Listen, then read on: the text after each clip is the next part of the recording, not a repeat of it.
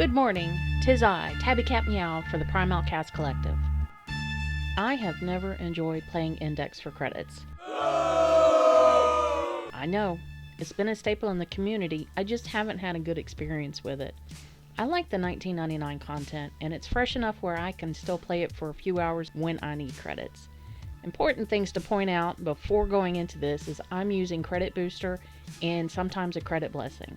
Without them, it will take longer than estimated to reach 1,000,000 credits, so I would suggest planning on buying a 3-day booster and spending all 3 days in Hope and West if you're not lucky enough to get a longer booster. If you choose your favorite frame, you will not achieve the same results as I'm about to explain. You will only earn half as much as I did. You want to choose Chroma, specifically for his 4th ability, Effigy, because it'll give us a 2x credit multiplier. The prize we're after is a vault with 100,000 hollers in it.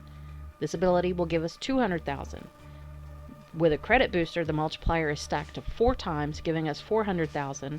And finally, the blessing is additive, so 100,000 times 4 plus 25% is a grand total of 500,000 hollers. If you are constantly going down like most of the randoms I've played with, replace 2 of the mods in your build with Quick Thinking and Adaptation. Quick Thinking is dropped by Corrupted Ancients, or you can get them from tiers 4 and 6 of Deviri Circuit. If you're taking lethal damage, it will very slowly use energy to keep you alive. You can spend the whole mission at 2 HP and not go down. Adaptation comes from rotations A and B of arbitrations. It might take you a while to get that one. It will make you up to 90% resistant to all damage types. If there are multiple types of damage, you will have a buff for each one on your screen for up to 20 seconds.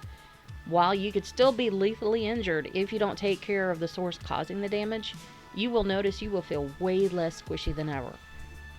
If you have access to the $19.99 content, you probably already have Tenet Glaxian and Kuva Nukor. These chaining beam weapons are highly effective on both Tekrot and Scaldera. It's just a matter of swapping the heat and electric mods in or out, giving you gas or corrosive damage. This also means it's highly effective on Infested and Grenier. My builds are not optimized for Steel Path. There are much better weapons to use for that, but it will get the job done. You may have a better build for these weapons, so I'm not going to tell you how to build it. But this is my build. If I start explaining my build, there will be a bunch of comments telling me I'm doing it wrong and how much better they are at it than me. This works for me. It might not work for you. You don't know how my entire loadout is built. I get buffs from my pets in melee. Archon shards and arcanes play a factor. Teammates can give you buffs, or buffs from helmet invigorations. It's impossible to have a one-size-fits-all build that works for everybody. You change one thing in the build and it can go horribly wrong. Modding is a personal choice based on playstyle, availability to obtain mods, knowledge of how they affect your build, and the amount of effort you're willing to spend testing it. I've tested this with a group of chromas and it didn't increase the reward, so it's best if you do it solo. The mission is Tekrot Legacyte, the capture mission on Hope and West. This run I'm doing in Steel Path. It took slightly longer because I couldn't find the safe right away, but I'm showing that my build is still good for Steel Path level 170 enemies. If you plan to stay in mission after the first capture, I suggest you modding it for more critical. I'm a treasure seeker. I will always pick it up. At the moment, the placement of the hex treasures are in predictable and stationary places. I've learned the map so well that if there's a loot icon in some spots, I know it can only be a treasure.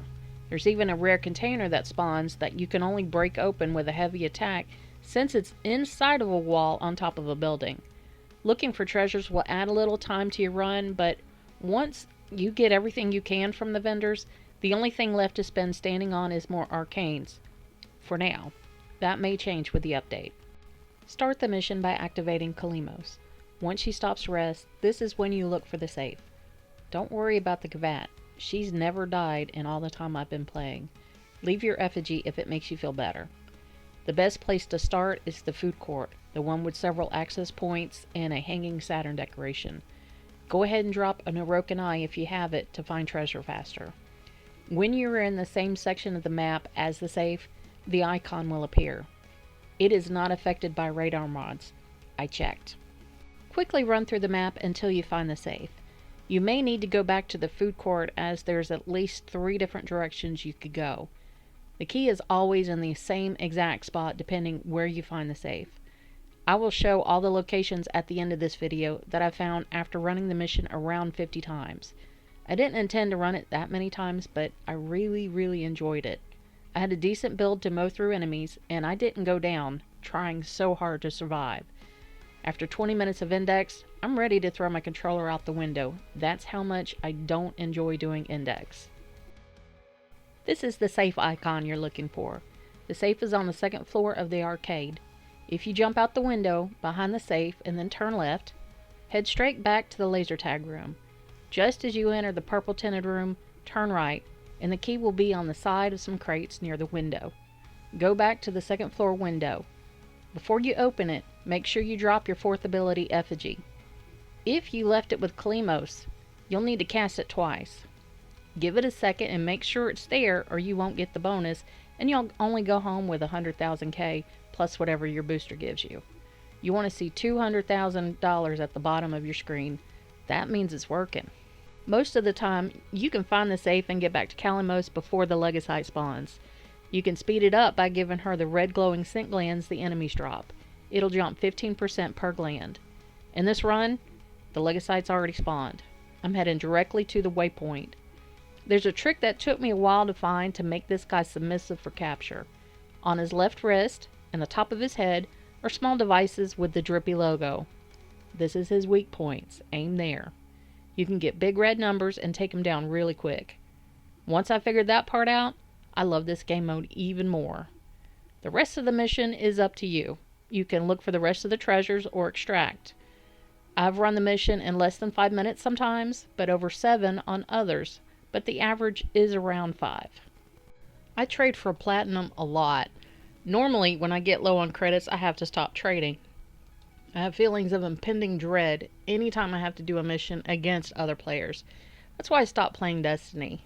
They forced me to play PvP against my will to complete bounties. The cheating was so bad back then that it broke my confidence. I may take advantage of what the system gives me to find better ways to do things, but I've never cheated. I've been a gamer ever since I got an Atari in 1984, and I've played a lot of games in the last 40 years. I'm amazed how this free game I was tricked into playing by a friend has found a way to reinvent itself with every single update, still being free. It has enough content that you can make 5 or 6 games out of it, while it only uses a quarter of the disk space that AAA titles use, and they have to publish something new every single year just to stay relevant. I may not like 100% of the content, but I know others that love what I hate about it. This is what a game should be. This is relevance.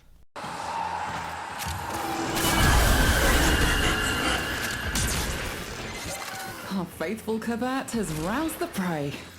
Bring it down and drain it.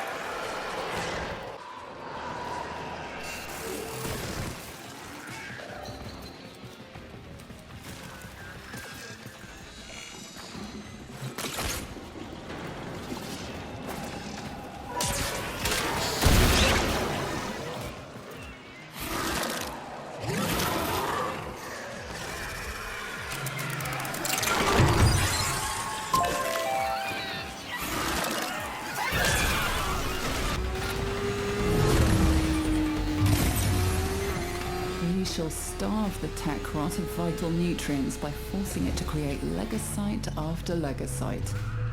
Fair warning, each beast will be stronger than the last. If you're still game, follow Kalimos.